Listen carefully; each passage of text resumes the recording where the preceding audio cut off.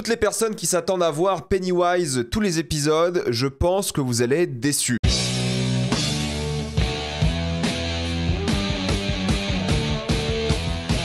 Ça, welcome to Derry. Comme d'habitude, jusqu'à la minute indiquée dans le titre de la vidéo, il n'y aura pas de spoilers, cassez tranquille, après on va tout spoiler. Ça, welcome to Derry raconte l'histoire de la petite ville de Derry suite à la Seconde Guerre mondiale. L'Amérique a changé et le spectre du passé et de l'avenir vient hanter les habitants. Sauf que cette fois-ci, ce spectre va prendre une forme démoniaque extrêmement dangereuse. Avant de commencer cette vidéo, j'aimerais remercier le partenaire officiel de celle-ci, CyberGhostVPN et ses 38 millions d'utilisateurs et presque 5 sur 5 sur Trustpilot. Vous les connaissez, c'est le meilleur moyen de soutenir la chaîne et c'est un service que j'utilise tous les jours. Je vous mettrai dans la description et le commentaire épinglé un site internet qui vous dit dans quel pays se situe le film que vous voulez regarder. Ensuite, vous changez de pays. Canada, États-Unis, Italie, Royaume-Uni, Suisse, Belgique et vous avez accès à un catalogue bien plus grand. Quelques exemples sur Netflix, vous allez déjà avoir 28 ans plus tard et Until Dawn. Sur Disney+, vous avez Thunderbolts, Lilo & Stitch et Elio. Sur HBO Max, qu'il faut utiliser depuis l'application HBO Max, mais si vous avez l'abonnement via Canal, connectez-vous à HBO avec votre compte Canal et vous avez accès à Superman, Weapons et Bringer Back. Si vous êtes un gros consommateur de YouTube comme moi, vous allez avoir YouTube Premium pour beaucoup moins cher. Oui, ça marche encore aujourd'hui. Pour moi, il faut utiliser un pays de l'Union Européenne parce que ce sera plus simple. Mais il y a plein de tutos en ligne qui vous disent comment faire et ça marche sur plein d'autres services d'abonnement comme Letterboxd, Patron par exemple. Vous le savez, mais en France, il y a certains sites internet qui ne sont plus disponibles à moins de mettre votre carte d'identité. Donc si vous voulez continuer à vous Dwayne The Rock Johnson en paix, utilisez un VPN. Et parfois, en tant que bon cinéphile, vous regardez des films d'une manière qui n'est peut-être pas la plus respectée et vous avez envie de naviguer les mers de manière sûre et vous avez besoin d'un VPN pour ça aussi. Vous pouvez partager un compte avec 7 personnes au total, c'est disponible sur tous vos appareils préférés et c'est super simple d'utilisation, vraiment tout le monde peut le faire en quelques clics sans problème. Vous pouvez essayer par vous-même car vous êtes satisfait ou remboursé sous 45 jours et vous avez une assistance technique en français 24h7. Utilisez le lien dans la description et le commentaire épinglé afin de vous abonner à CyberGhostVPN et bénéficier de 83% d'induction plus 4 mois gratuits. Foncez sur l'offre. J'aime bien ça en réalité, que ce soit le téléfilm de l'époque ou le premier opus qui est sorti il y a presque 10 ans déjà, c'était le film d'Andy Muschietti et je l'ai trouvé super efficace, plein de bonnes idées et c'était un succès qui était d'après moi mérité. Le deuxième était une catastrophe, je pense vraiment que plus on y pense, plus c'est mauvais.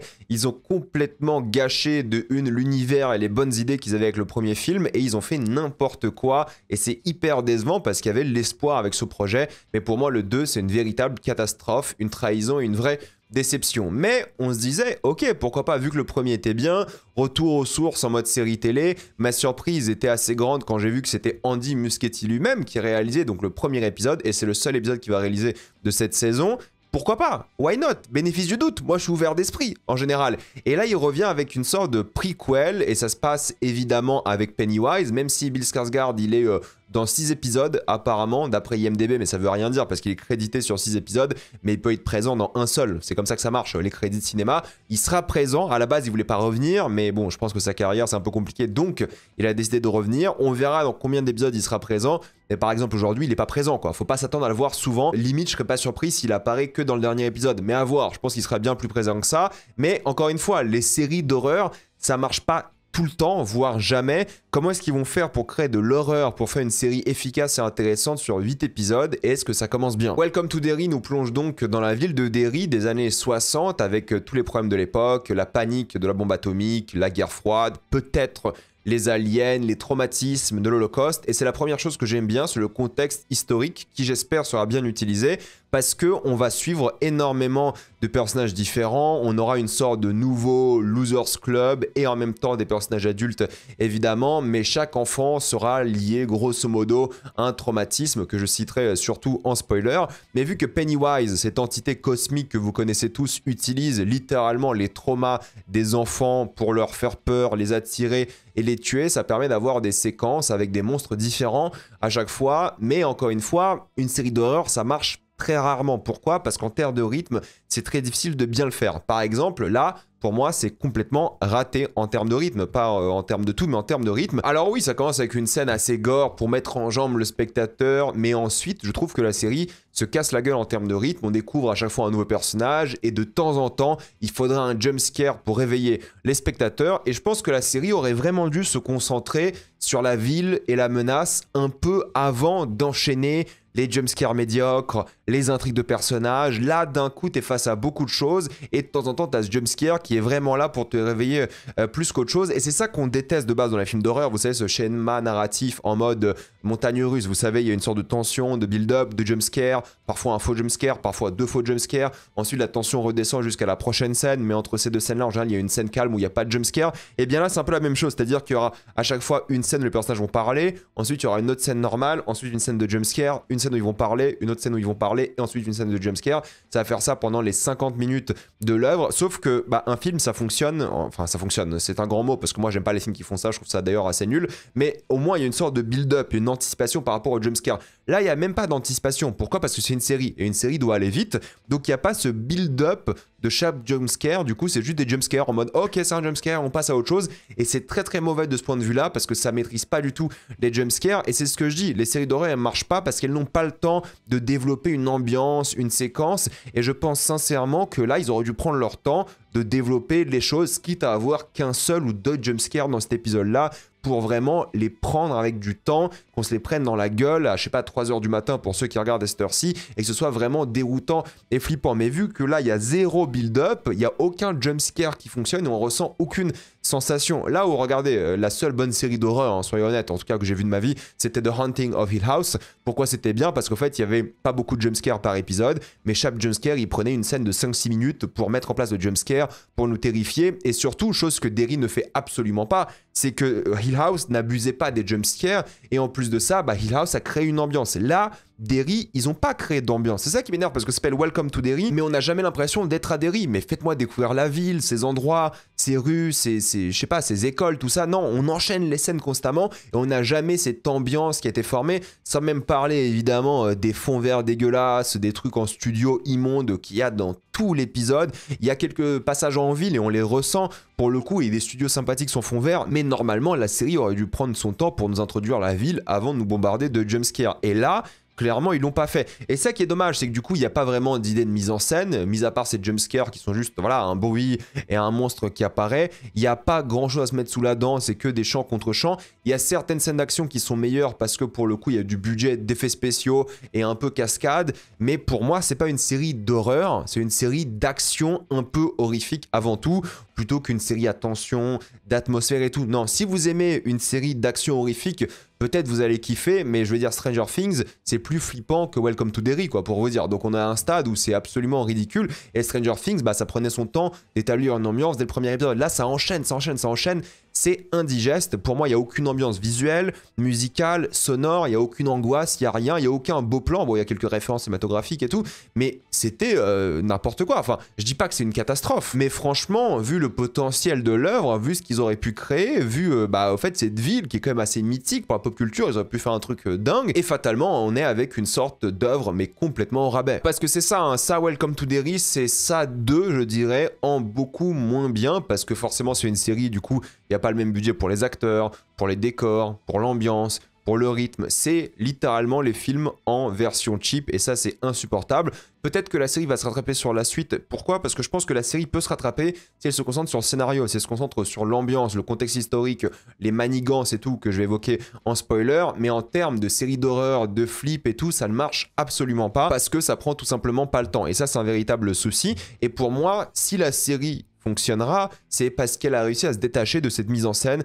un peu plate, un peu nulle, et qu'elle a décidé de se concentrer uniquement sur le lore, sur le contexte, sur les personnages, leur développement. Là, il n'y a aucun personnage que je kiffe, hein. Je veux dire, aucun personnage m'a donné envie de les suivre, et ça m'a pas du tout intéressé. Alors, il faut un truc sympathique à la fin par rapport au personnage que j'ai bien aimé, mais honnêtement, là, la série doit évoluer au-delà de cet épisode 1 que j'ai trouvé vraiment mauvais et inintéressant, et je pense regarder la suite tout de même, surtout cet épisode d'Halloween qui va sortir ce vendredi, parce que peut-être ils ont préparé un truc un peu cool pour Halloween, mais honnêtement, si au bout de 3-4 épisodes j'aime pas, je vais arrêter, je vais pas me forcer, parce que là c'est en mode Alien Earth, mais Alien Earth, je me suis forcé parce que je suis fan de la franchise, mais en mode cheap quoi, c'est ça en mode cheap, et ça c'est insupportable sans mauvais jeu de mots. Il y a un peu de potentiel par rapport au contexte, il y a un peu de potentiel par rapport à certains personnages, mais pour l'instant j'ai trouvé ça d'une médiocrité absolue. Et c'est pas bien, quoi. Désolé de vous le dire, hein, c'est vraiment pas bien, ça donne pas envie. Et c'est tout ce que j'aime pas dans les œuvres d'horreur, quoi. Et je sais pas, cette série est faite pour qui, honnêtement? Ces séries d'horreur génération TikTok, un peu à la Conjuring, en mode moins bien, quoi. Donc honnêtement, Conjuring 3-4, hein, pas 1-2 que j'aime bien, c'est dur à recommander. Je pense qu'il faut attendre quelques épisodes, voir s'ils arrivent à choper cette énergie, à choper ce truc par rapport à ce qui pourrait être intéressant dans la série. Mais pour l'instant, ces épisodes-là, pour moi, c'était catastrophique, quoi. C'est tout ce que je déteste dans le cinéma d'horreur, mais encore moins bien parce que c'est même pas du cinéma, c'est de la série. Donc pour l'instant, je peux absolument pas recommander. J'en reparlerai peut-être en fin de série si je continue, ou j'en reparlerai pourquoi j'arrête, mais là, c'est pas possible. Et on va passer en spoiler. Le concept d'avoir le cinéma comme un échappatoire, ça j'aime bien parce qu'évidemment ça va parler de traumatisme des gens, ils veulent se réfugier dans un endroit qui est un peu safe, où t'es dans le noir, personne te voit, personne te juge et donc t'admires une œuvre. C'est intéressant qu'ils aient choisi un film comme Music Man qui est une comédie musicale, il n'y a rien d'horrifique, mais la séquence qu'ils ont prise de Music Man est flippante et horrifique et je trouve que l'idée est cool parce que dans le contexte ça fait peur alors que dans le film, comédie musicale, encore une fois il n'y a rien d'horrifique, de stressant et c'est ça que j'aime bien, c'est qu'en plus ils jouent sur le lieu de cinéma comme réconfort et ensuite ça devient une scène de crime avec un monstre bébé volant abominable qui commence à tuer des enfants et j'aime bien parce qu'en fait ils vendent cette approche de Losers Club et ensuite ils vont en buter genre 2 de manière hyper violente et je m'attendais pas à ça donc ça c'est cool, je pense que c'est une bonne idée et c'est toujours agréable de voir des enfants mourir dans des œuvres surtout là où ils se font complètement déchiqueter donc ça c'était bien. Maintenant encore une fois c'est pas l'horreur de tension, c'est l'horreur d'action mais s'ils arrivent à avoir vraiment une chose où aucun enfant est en sécurité et ils sont tous déchiquetés tout le long de la série, je pense qu'on peut kiffer. C'est là où je me dis, s'ils arrivent à avoir un truc où la ville va se faire décimer et on va découvrir de nouveaux personnages à chaque fois, ils vont se faire tuer à chaque fois, je pense que là, il y a un truc à faire.